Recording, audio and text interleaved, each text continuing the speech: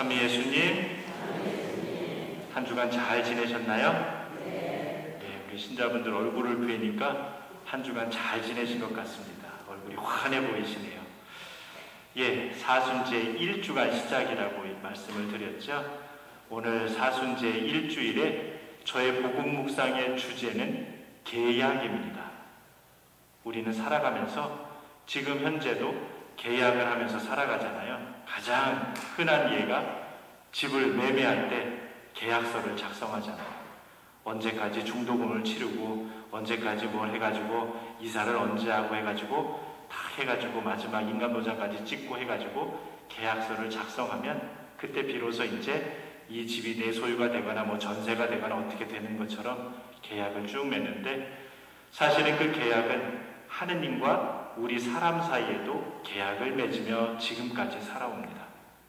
하느님과 우리가 맺었던 그 계약의 사건은 사실은 우리는 집을 누구 소유로 하냐의 그런 계약이 아니라 하느님 편에서는 우리 사람들을 어떻게 하면 끝까지 포기하지 않고 구원으로 이끌어 주시는가라고 하는 거죠. 하느님과 우리 사람들의 계약은 자세히 들여다보면 하느님이 너무 손해를 보는 것 같습니다. 왜냐하면 당신은 우리에게 주시고자 하는 계약 조건이 여러 개가 되는데 우리에게 요구하는 것은 딱 하나밖에 없다라고 하는 거죠. 그러기 전에 이 계약이라는 단어의 원 의미를 살펴보면 계약이라는 성경 안에서의 그 단어는 카라베리스라고 하는 그 히브리 말인데, 이 히브리 말은 계약을 자르다라는 개념으로 사용합니다. 계약을 체결하다, 계약을 맺는다라는 것은 오히려 두 가지를 연결해 줄 것 같은데, 성경에서는 계약이라는 단어를 쓸 때 계약을 자르다라고 표현을 합니다. 왜 그러냐면 구약시대 사람들과 사람이 계약을 맺기 위해서는 짐승을 반으로 가릅니다. 그래서 양쪽에 놓고 그 사이를 계약의 당사자들이 함께 지나감으로 인해서 계약이 체결됩니다. 그 의미는 만약 둘 중에 한쪽이라도 계약을 어길 시에 이런 참상이 벌어질 거다라고 하는 것을 서로가 암암리에 인정한다라고 하는 거죠. 좀 섬뜩한 이야기지만 구약 시대에는 그렇게 계약을 맺었습니다. 그러다 보니 그 계약의 그 사건들이 점차 성경 안에서도 우리에게 이렇게 이어져 오는 거죠. 물론 그 계약의 사건을 위해서 조건들이 있을 겁니다. 하느님께서는 우리에게 세 가지를 주시겠다라고 약속을 하셨어요. 첫 번째는 우리가 하느님만 충실히 섬기면 여러분들을 지켜주고 보호해 주시겠다라고 하는 것이 첫 번째 은총의 조건이었습니다. 보면 오늘 1독서에 나오는 노아의 홍수 사건, 그 홍수 사건으로 하느님께서 그 당시에 사람들을 다 멸망시키는 게 아니라 정한 짐승은 7쌍을 노아의 방주에 태우고 부정한 짐승도 한 쌍씩을 노아의 방주에 태우게 합니다. 바꾸어 사람으로 이야기하면 죄인이라고 해서 가차없이 처벌해 버리시는 하느님이 아니라 어떻게든 살려보려고 하는 하느님의 노력이었다라고 하는 거죠. 그래서 노아의 방주의 사건 때 홍수가 40일 동안 내렸습니다. 자, 이제 40일의 숫자를 우리가 잘 기억하고 계셔야 됩니다.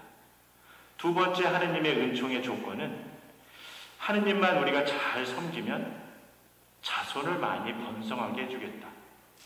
요즘으로 이야기해서 결혼하는 젊은 부부에게 자식을 많이 낳으라고 하면 그것만큼 표현이 좀 그렇지만 아주 힘겨운 얘기는 없다라고 하는 것 같아요. 잘 낳아야 이제는 하나만 낳고 아예 안 낳고 자기네 둘이 잘 살겠다고는 한국에, 구약에서는 그럼 왜 자손을 많은 게 그런 은총이고 축복이었을까? 유목 생활을 하는 이스라엘 사람들에게 있어서 가족과 자신들이 돌보는 짐승을 잘 지키기 위해서는 자신의 식구가 많아야 되고, 그래야지만 잘 돌볼 수 있기에 자손이 번성하는 것은 하느님의 축복 중에 큰 것이었습니다.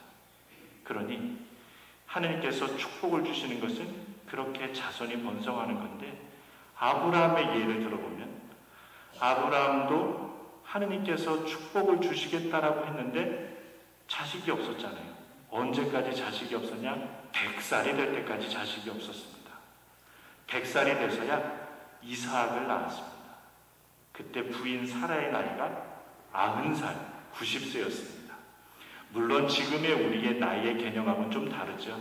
왜냐하면 노아가 홍수가 날 때 나이가 600살이었습니다. 지금의 나이의 개념하고는 다른데, 어쨌든 하느님께서도 아브라함에게 약속했던 그 자손 번성에 대한 약속을 충실히 지키셨다라고 하는 거죠. 마지막, 땅을 여러분에게 많이 주겠다. 그 땅의 개념은 바로 지금 우리에게 있어서는 재물의 복이었다라고 하는 거죠. 모세 이야기를 들어봅니다. 그 모세는 에집트로부터 이스라엘 백성들을 이렇게 탈출을 시켜서 약속의 땅에 정착시키도록, 물론 그 땅을 모세는 밟지는 못했습니다. 그 땅으로 가게끔 하나님께서 약속을 지키셨다라고 하는 거죠. 이 세 사람뿐만 아니라 우리의 신앙의 선조, 성조들에게 하나님께서 약속하신 그 내용을 하나님께서는 한 번도 어김없이 충실히 지켰는데, 그때마다 등장하는 숫자가 40이라는 숫자가 등장합니다. 노아의 홍수 때 비가 내린 게 40일 동안 내렸고, 아브라함에게 하란을 떠나서 가나안이라는 그 약속의 땅으로 들어가게 하는 데까지 40년이 걸렸습니다. 모세가 시나이 산에서 하느님에게 십계명의 계약의 궤를 받을 때 시나이 산에서 머물렀던 시간이 40일입니다.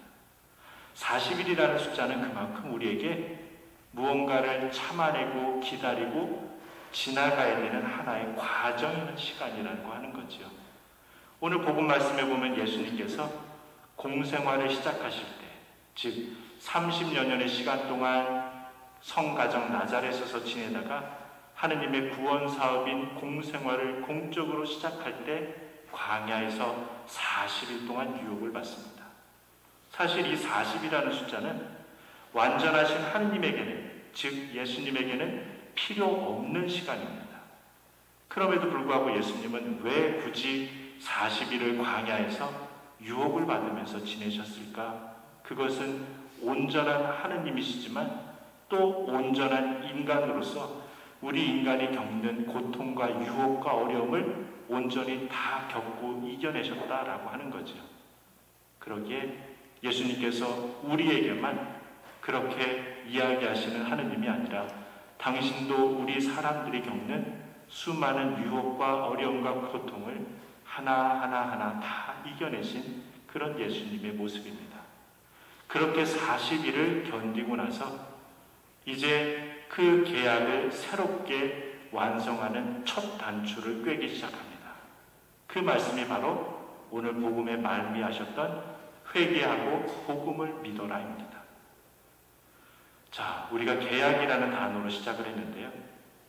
구약 성경, 옛 약속을 적어놓은 말씀이라는 뜻이죠.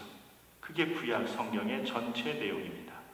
신약 성경, 새로운 계약의 말씀을 적어놓은 것이 신약의 말씀입니다. 구약은 마치 상선벌하게 하느님, 착한 사람에게는 상을 주고 나쁜 사람에게는 벌을 주는 것 같은 그런 하느님의 모습이지만, 본 의도는 구원으로 끊임없이 초대하는 게 목적이었다라고 하는 거죠. 그러기에 소돔과 고모라가 멸망할 때 아브라함이, 하느님께서 그 고을 소돔을 다 멸망시키려 할 때 아브라함이 하느님께 청하지요. 저 소돔 중에 의 50명만 있어도 어떻게 좀 안 될까요? 하느님께서 알았어. 그 50명을 봐서라도 내가 소돔을 살려줄게. 그거로 끝나는 게 아니라 아브라함이 또 하느님에게, 요즘 표현하면 또 한 번 딜을 하지요. 50명은 조금 그런 것 같은데 40명 어떻게 안 될까요? 하느님께서 두말하지 않으시고 오케이, 40명만 있어도 내가 살리겠다. 아브라함이 보니까 어쩌면 안 될 것도 같아서 혹시 10명이 더 빠지는 30명 갖고는 안 될까요? 하느님께서는 즉시 오케이, 30명도 오케이. 아브라함이 좀 자신이 또 없어졌습니다. 이번에 대폭 깎아서 혹시 10명만이라도 안 될까요? 하나님께서는 즉시 10명만이라도 내가 살려주겠다. 그래서 살아남게 됩니다.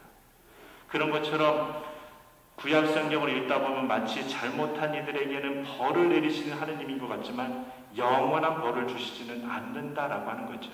왜냐하면 그 계약의 사건의 중심은 하느님께서 우리를 어떻게든 구원으로 초대하기 위함이었습니다. 그래서 하느님께서는 그렇게 세 가지의 우리에게 은총을 주시는데 우리에게 바라시는 계약 조건은 딱 한 가지입니다. 나 야훼 하느님을 섬겨라. 다른 우상을 숭배하지 말라라고 하는 그 한 가지밖에 없음에도 불구하고 인류가 끊임없이 하느님께서는 한 번도 계약을 파기하신 적이 없는데 우리 사람들이 그 계약을 종종 다양한 모습으로 파기하고 있습니다. 우상을 섬기지 마라. 어느 때는 재물이 우리에게 우상이 되기도 하고 또 어느 때는 좋아하는 사람이 우상이 되기도 하고 다양한 모습으로 우리는 계약을 파기하기도 한다라고 하는 거죠. 그러나 이제 새로운 신약 계약이 되면서 우리 모두는 다 저를 포함해서 하느님과 새롭게 계약을 맺었습니다. 그 계약이 뭐예요? 우리가 받은 무슨 성사? 세례 성사입니다. 그런데 여러분이 세례 받을 때 어떻게 이마에 무엇을 부었죠? 세례수, 물을 부었습니다. 예수님께서 요르단강에서 세례자 요한에게 세례 받았을 때, 즉 요르단강에 온전히 잠겼다가 새롭게 태어남으로 인해서 계약을 갱신했다라고 하는 거죠. 마치 우리가 계약 사건의 고대 근동에서 했던 것처럼 성당 앞에다가 짐승 하나 갖다 놓고서는 반을 갈라놔가지고 피가 철철 나게 해서 하면 생각만 해도 끔찍하잖아요. 다행이지요. 이제는 세례수로서 우리가 새롭게 계약을 맺었습니다. 그러면 우리 신앙인 한 사람 한 사람이 우리 세례 때의 그 계약을 우리는 온전히 충실히 지키고 있는가? 하느님 편에서는 지금도 우리에게 그 계약의 조건들을 충실히 지키고 있습니다. 어떻게든 우리를 구원하고 살리기 위해서 충실히 하시는데 그렇다면 우리 당사자인 계약의 상대편인 내 자신은 어떻게 계약에 충실하고 있을까? 많은 경우 그 계약을 온전히 지키지 못하는 경우를 보고 하느님께서는 너무나 마음이 아프셔서 당신의 독생성자 아들 예수님을 이 지상에 보내셨습니다. 하느님은 전지전능하신 분이라 오셔가지고 단칼에 딱딱 좌우정렬을 하고 끝내실 수도 있은 분임에도 불구하고 그렇게 당신의 방법대로 하지 않으시고 우리 사람의 방식으로 했습니다. 사람의 아들로 태어나고 성장하고 자라고 공생활을 시작할 때도 화려하고 멋지게 시작하시는 예수님이 아니라 인간이 받는 40일간의 유혹을 다 참아 받으시고 이제 새로운 계약을 쓰시죠. 회개하고 복음을 믿어라. 그 회개의 모습은 우리가 세례 때 계약을 갱신했던 새롭게 했던 그 계약의 사건으로 돌아가게끔 합니다. 우리가 세례를 받을 때 온전히 그리스도인으로서 하느님 안에 얼마나 충실히 기쁘게 살겠다라고 약속하고 다짐했습니까? 우리는 그 순간을 틀림없이 기억하고 있습니다. 그런데 시간이 지나보니 가끔 그때의 그 의미들이 희석되기도 하고 퇴색되기도 하고 어느 때는 세상 것에 더 많이 신경을 쓰다 보니 하느님과 나와의 계약 사건을 조금 뒤로 밀어놓기도 합니다. 그러기에 우리에게 회개하라고 합니다. 다시 세례대로 돌아가라. 복음을 믿어라. 그 복음은 우리에게 이것을 하고 저것을 하고 희생하라는 그런 복음이 아니라 우리가 우리의 삶 안에 하느님 안에 머물러라라는 얘기죠. 하느님 안에 머물 때 우리는 바로 그 기쁨이 우리 안에 샘솟아납니다. 복음을 믿는 사람이 슬픔에 잠겨 있을 수가 없습니다. 복음을 충실히 살아가는 사람이 괴롭거나 미움 속에 있을 수 없습니다. 그러기에 예수님께서 새롭게 계약을 완성하는 첫 단추로 복음을 회개하고 복음을 믿어라 라고 말씀하셨고, 그 계약의 완성은 바로 십자가입니다. 계약의 사건, 고대 근동에서는 짐승의 반을 갈라서 그 사이를 지나갔다라고 말씀을 드렸습니다. 우리 계약의 완성은 바로 예수님께서 십자가상에서 흘리신 그 피로서, 그 고대 구약의 수천 년 전의 그 사건이 예수님을 통해서 예수님의 이 계약의 피로서 우리에게 완성된다라고 하는 거죠. 우리는 피 한 방울 흘리지 않습니다. 하느님께서는 우리에게 피를 흘리라고 요구하지도 않습니다. 당신이 대신 우리를 위해서 피를 흘리시고 우리의 영원한 계약을 완성시켜 주셨습니다. 그렇다면 우리가 그 계약을 계속 잘 새롭게 갱신하며 살아가는 그 방편은 딱 한 가지. 다시금 하느님 안에서 회개하고 복음을 믿는 삶을 살 때 우리의 계약은 완성이 되고 그 안에 우리는 하느님 안에서 너무나 큰 은총과 축복 속에 살아갑니다. 얼마나 우리에게 큰 영광이고 큰 기쁨인가요? 저는 사실 오늘 복음을 묵상하면서 그 떨림, 긍정적인 흥분에 복음을 묵상하면서 기분이 너무 좋아졌습니다. 하나님께서 우리 각 사람에게 희생을 요구하시는 하나님이 아니라 내가 짐을 다 짊어질게. 너희는 편하게 한 가지만 하면 돼. 회개하고 복음을 믿어라. 그래서 오늘 들어오시면서 조금 후에 미사 끝에 공지사항 때 말씀드릴 거지만 사순 실천표가 적혀있는 봉투, 우리가 사순 저금통이라고 하는 그 봉투 겉면에 보면 오늘부터 해서 40일 동안 우리가 매일매일 어떤 것들을 기도하거나 실천함으로 인해서 회개하고 복음을 믿을 것인지 구체적인 것들이 나와 있습니다. 그래서 날짜 순서는 바꿔서 해도 상관없지만 하루하루 그것을 지켜나가다 보면 우리가 계약을 완성하는 가장 행복한 그리스도인으로 거듭난다라고 하는 거죠. 그런데 40일이라고 해놓고서는 제1수요일부터 부활 대축일까지 날짜를 세보면 40일이 더 됩니다. 근데 왜 사순시기를 40일이라고 할까요? 라고 생각해 본다면 제1수요일부터 부활 대축일 주일까지 중에 주일은 다 뺍니다. 왜냐하면 모든 주일은 그리스도의 부활을 상징하기에 사순시기 전의 시기 동안에 주일을 다 뺀 월요일부터 토요일까지만 다 합치면 날짜가 40일이 됩니다. 그렇다고 주일날은 사순시기에서 빠진다니까 희생이나 보석 안 해도 되겠네가 아니라 주일은 더욱더 거룩하게 지키면 그 은총이 내 자신에게 온다라고 하는 거죠.